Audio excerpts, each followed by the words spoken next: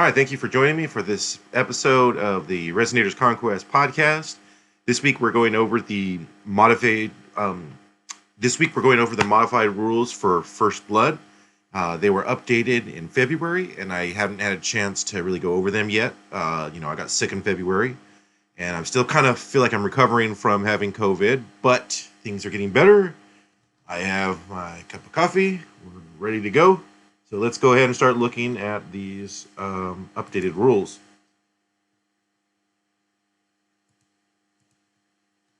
The best thing about these rules updates is that they always have the updates in red. So as you can see, this is all black here, so you won't have any updates on here. I don't see any updates yet. And we're just looking at updates right now. We're not looking at the overall rules. Okay, here we go. So supremacy phase.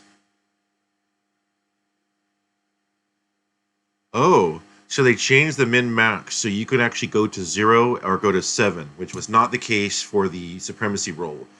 So when you have less command cards, you get the option of either adding or subtracting one to your die roll to see who goes first. And I kind of like this. So now it's going to go from 0 to 7. So you can actually go below 1. So that's neat. Not a big change, but definitely neat. Artwork. All right, take aim. I knew this was coming. And we'll go over the last argument of kings in a different video, but I know they changed take aim slightly. And it looks like this is the same wording, I believe. When a regiment performs a take aim action, that regiment gains aim shot special roll. They just changed it to a special rule, so that's a little easier to see and modify. We'll go over to aim shot later when it goes to those special rules, most likely. All right, so here's some more changes. This is something that I've been telling everyone was going to happen. I knew the impact rules were going to change. So this is just changing how impact rules work, because originally, even in Last Argument of Kings, you had to calculate the impact attacks, where basically half of the attacks that the regiment normally gets rounded up. So in this case, it's just kind of changing those. So it looks like the regiment gains inspiration special rule. So again, that's kind of just changing it to a special rule. And we'll go over that later, a little bit later. And then once successfully charged, impact attacks are immediately resolved as part of the charge. So this is all kind of normal. It's just now that all of the regiments in First Blood will now have impact attacks if that regiment has impact attacks. So this is kind of all normal here. Regiment may inflict the impact attacks. X is the value number. That's how many hits it does. Enemy model must be within 1 inch, regardless of the engagement range, unless otherwise said so. The charging regiment have charged more than one enemy regiment than allocate impact attacks, making sure that each charging model performs impact attacks to only one target. Sorry, I've got a little bit of a stuffed nose. Impact attacks are resolved simultaneously to clash attacks in terms of engagement range, or resolved, sorry. Attacking through, selecting targets, and rolling hit, defense, morale, however. Okay, so it's all the same. Yeah, blah, blah, blah, blah. We can all see that. We all know that.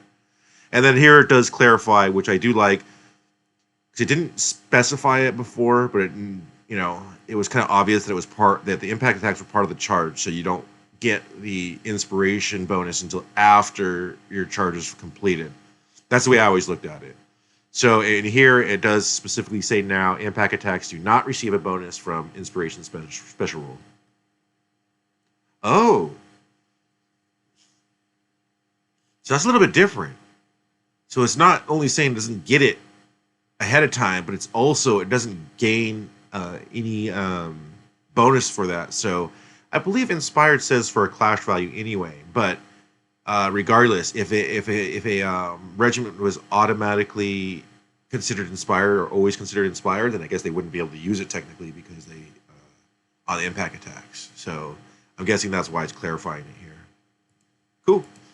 So we knew the impact attacks was coming, so that's cool. Let's see any other changes here. Allocating wounds changed a little bit.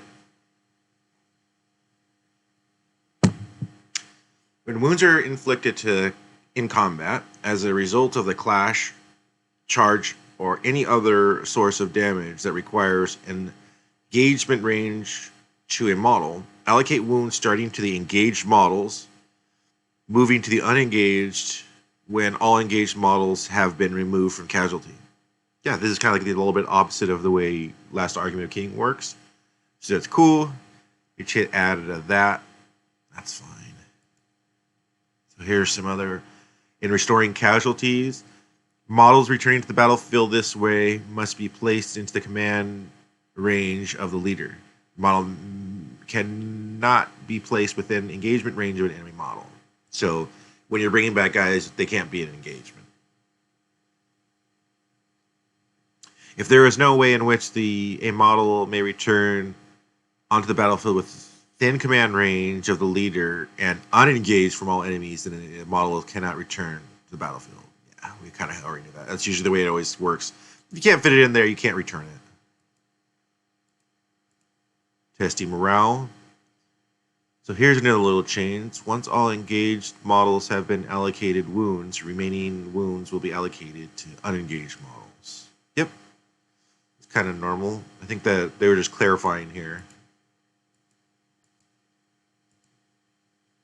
So here's where some changes got made in wounds and characters. So characters, regiment in combat. So what's this change here? When allocating wounds to a character regiment, all wounds must be allocated to any retinue models first before any wounds can be allocated to the character model. Okay, this is different, much different than what it used to be. The exception to this is when the character model is involved in a challenge action. When a character model is the only model that can be allocated to wounds suffering by that challenge action. That's going to lead to moments where multiple models in the character regiment can be allocated wounds at the same time. Oh, jeez. So that's a little different. It used to be if you were in base contact, then that's the only way you can get attack or allocate wounds. So it's a little bit different. Characters regiments when within combat. When in combat. When a regiment inflicts damage on a character regiment as a result of a clash, draw event, or a special rule that is part of the combat action or impact attacks, then the player commanding the character regiment chooses which model will take any defense rolls, wounds, and any casualty ensuing morale tests. Okay, so the player in command of the attacking regiment tallies up all the number of wounds the target character regiment to the target character regiment needs to make defense rolls against. It's to the target regiment. Sorry, I messed that up. Then the player in the command of the character regiment selects one model from the regiment to receive hits and make ensuing rolls. Allocating hits are resolved as the following. Resolve a number of hits equal to the remaining wounds on the selected model. Roll a defense and make sure any applicable special rules is normal. If the model is not being removed as a casualty, then repeat the processes and start the new round of defense rolls until the model loses its final wound, making sure to adjust the number of hits to the remaining wounds on the model. So basically just rolling for the wounds of the model and not, so it doesn't kind of carry over, basically. If the model has been destroyed, then there is hit still remaining unresolved. The player in command of the character's regiment selects another model and repeats the process until all hits have been resolved. When a character regiment is inflicted a wound due to the failing a defense roll, special rules, abilities, or even failing a morale test, that wound is allocated to the model in the regiment representing their deteriorating physical health as a result of the enemy action. The special rules, therefore, eventually demise in the battlefield. Oh, that's crazy. So it's kind of interesting. It's a little bit more complicated. I guess the other way was a little bit more complicated, but so now you got to allocate. If your character or if one of your regiment's retinue has, let's just say, 3 wounds on it, then you can only roll 3 dice, and there's like 4 wounds. You can only roll 3 dice, and then let's just say he saves 2 of them, fails 1. So then there's still 1 dice left over, and he's still got 2 wounds left. You can roll that 1 last dice. Now, if he failed them all and killed him, then you still had 1 left over. You'd have to roll it for another retinue or the actual character itself. That's interesting.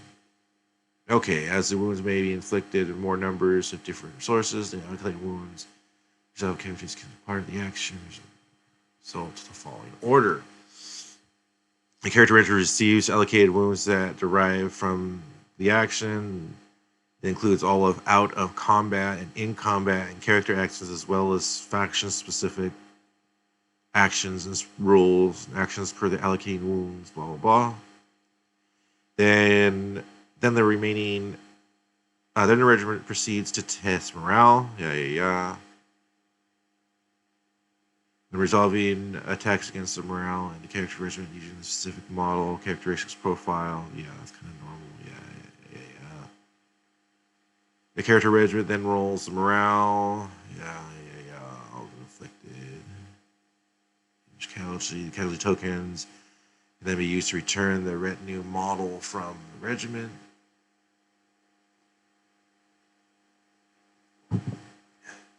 When a character regiment performs a combat action or inflicts impact attacks against an enemy regiment, each model in the character regiment selects a regiment to attack and resolve the attacks separately. Wounds counts if they are inflicted at the same time. So it's kind of all basic, kind of normal stuff. They're just re-clarifying it, feels like. Officers in combat. Officer models bring their own set of abilities and special rules into the game, and as a result, they will have a different character profile than the models in the regiment. Yeah, that's kind of obvious. Magic. They didn't change magic. I was expecting them to change magic.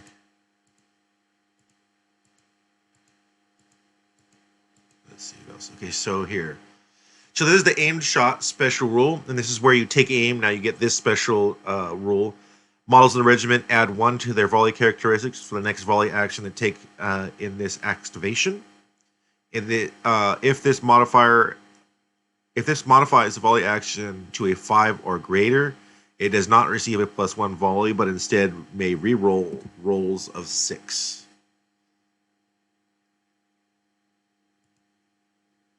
And then there's the inspired one. So this is going to be work the same way, but this is going to be for the clash. And then it also has a 5 or higher, and it will not get the +1, but re-roll 6s.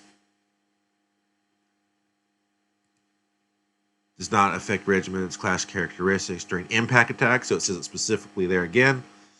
And then now it has impact attacks, the explanation of impact attacks, because it just added it to the character profiles, or the profiles of the regiment.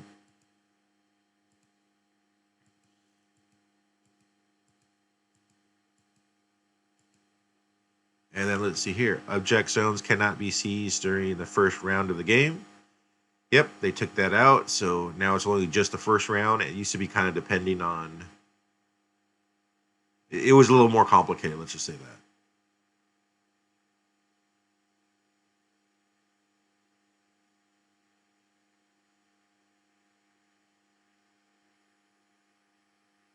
Okay. And then there's the scenarios. I don't think they changed the scenarios at all. Nope. So that was it. That was the changes to the First Blood that came out last month. There's not a lot of changes. It seems like First Blood is very solid. It's playing well for me. I really enjoy the game. I knew that some of these changes were coming just because when you look at the First Blood, when you look at Last Argument of King and stuff that they did with that, you just tell that these were better rules, like the impact attacks. It's much easier to say, the impact X, and it has it in your profile compared to, okay, now how many attacks do I have? Well, I have, 4 attacks per stand plus a leader plus whatever, blah, blah, blah. And you're adding all this up, and then you're like, okay, now I have to half that, round up. And, while it's not a hard calculation, it's still more complicated than just saying, okay, it says impact 3. You know what I mean? And I think they have a better ability to make modifications and do balancing with it like this. So I knew that was coming. It's a good change. The inspired and take aim and aim shot kind of special rule. I knew those were coming too because it just seemed like it was a simpler way of explaining those rules and dealing with those rules in last argument. And so I just kind of figured they were coming here too. I did not expect some of the changes to the allocating of wounds. That's a little bit different. It's a little different, and it will. I'm not sure if it's going to hinder, like, it's going to slow down those interactions and fights, melee fights with the characters and leaders, basically. But it's possible because they were already slowed down a little bit because of the way they worked. So we'll see. We'll see with these new changes. All right. So thank you again for joining me. And next time we'll probably be doing the either a painting session or a the rules update for Last Argument of King, because I still haven't done that yet. All right. Again, thanks for joining me, and we'll see you next time.